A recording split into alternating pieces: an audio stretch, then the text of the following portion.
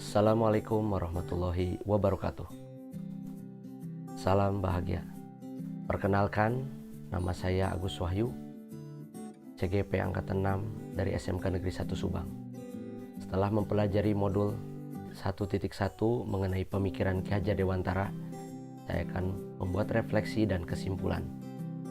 Yang pertama, apa yang saya percaya tentang murid dan pembelajaran di kelas sebelum mempelajari modul ini. Yang pertama, sebelumnya saya berpikir dalam pembelajaran bahwa siswa harus lebih banyak mengikuti alur pemikiran kita untuk kebaikan mereka, menyampaikan materi dengan cara-cara kita, dan saya juga percaya nantinya siswa akan bisa dengan mudah menerima materi tersebut. Yang kedua, saya melaksanakan pembelajaran bersama siswa di kelas lebih banyak menggunakan metode ceramah. Lalu siswa mendengarkannya. Siswa diberikan instruksi dan tugas, di mana saya sebagai guru lebih dominan. Dan yang ketiga, saya juga beranggapan bahwa pembelajaran berhasil jika siswa dapat menyelesaikan setiap kompetensi dasar dan juga memperoleh nilai yang bagus, sehingga bisa dikatakan siswa tersebut pintar dan pandai. Namun pada kenyataannya siswa memiliki nilai yang bervariasi, bahkan ada yang di bawah KKM. Lalu saya pun memberikan remedial.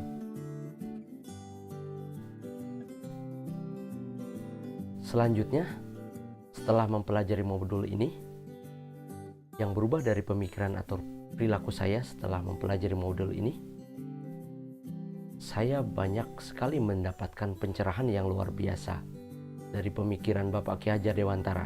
Di antaranya, pemikiran mengenai pendidikan yang menuntun, pendidikan yang berkaitan dengan kodrat alam dan kodrat zaman, trilogi pendidikan, yaitu Ingarso Sung Tulodo, Ing Madya Mangunkarso, dan Tuturi Handayani. Dan yang keempat, pendidikan yang berpihak pada murid.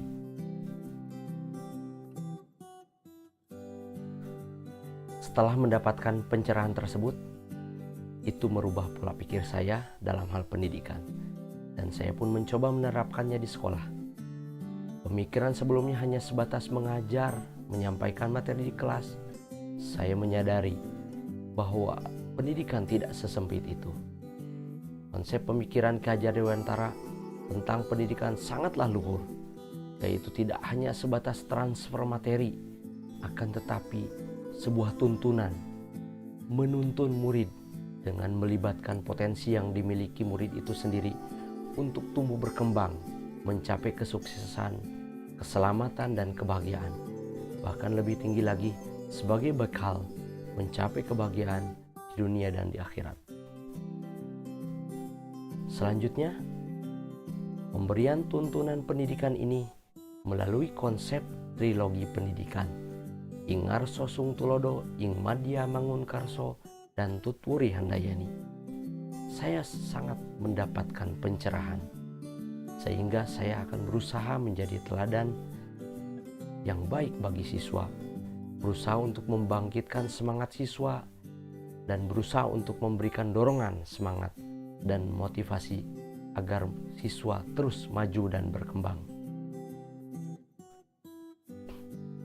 Dalam hal pendidikan yang berkaitan dengan kodrat alam dan kodrat zaman, saya berusaha untuk menggali kodrat alam yang dimiliki siswa, berbagai potensi yang dimilikinya, karakter dan sifat dasar yang dimilikinya. Saya menyadari bahwa setiap siswa memiliki sifat dasar yang berbeda-beda, kondisi yang berbeda-beda. Oleh karenanya, nilai bukanlah hal segalanya, namun proses dan pendampingan serta pelayanan kitalah yang terpenting. Siswa akan merasa nyaman dan semangat. Kondisi apapun yang dialami siswa, kita harus bisa melayani mereka dengan maksimal. Karena itulah tugas kita dalam menuntun siswa dalam mencapai kesuksesannya. Dalam hal kodrat zaman, kita juga berusaha terbuka menerima perkembangan teknologi, namun terus mengingatkan siswa juga agar bijak dalam menggunakannya. Bijak dalam menggunakan teknologi, misalnya internet, agar kita tidak terjebak dan terpengaruh dengan hal-hal yang bertentangan dengan norma-norma yang ada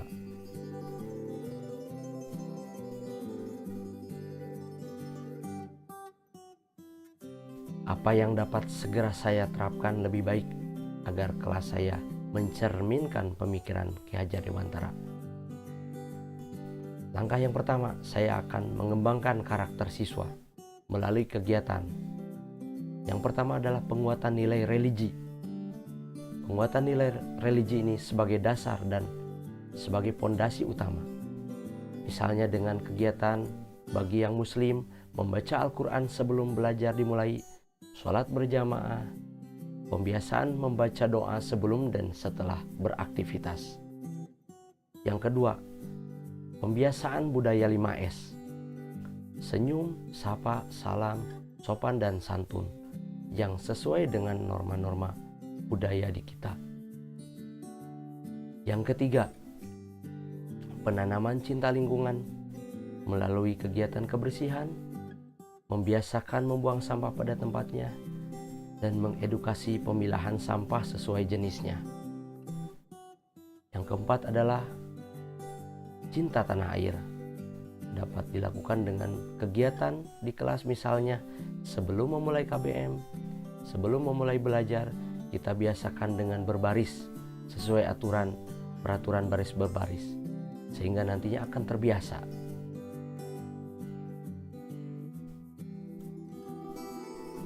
Ini beberapa contoh pengembangan karakter siswa melalui kebersihan, sholat berjamaah, membaca Al-Quran, dan pembudayaan 5S. Selanjutnya yang kedua adalah pembelajaran yang berpusat pada siswa melalui kegiatan pembelajaran yang berbasis proyek. Pembelajaran berbasis proyek ini sangat mendukung pembelajaran yang berpihak pada murid. Karena dalam pembelajaran berbasis proyek akan mengembangkan ide-ide kreativitas siswa, kemandirian siswa, berpikir kritis, dan kerjasama serta saling menghargai. Aktivitas yang dapat dilakukan, yang pertama, murid membuat rencana,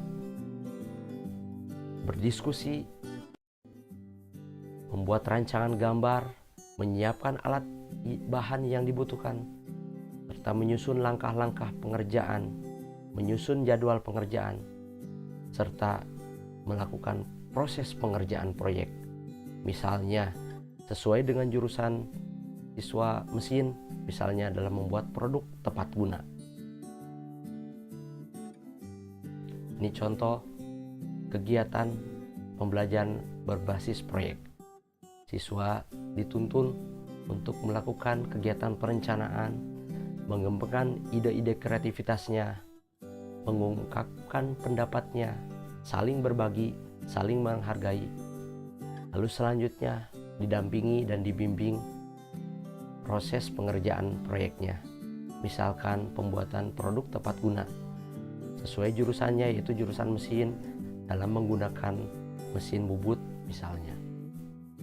Dengan pembelajaran berbasis proyek ini, nantinya siswa akan menjadi mandiri, kreatif, berpikir kritis, kerjasama timnya terlatih, serta saling menghargai. Demikian yang bisa saya sampaikan. Terima kasih atas segala perhatiannya. Assalamualaikum warahmatullahi wabarakatuh. Salam bahagia.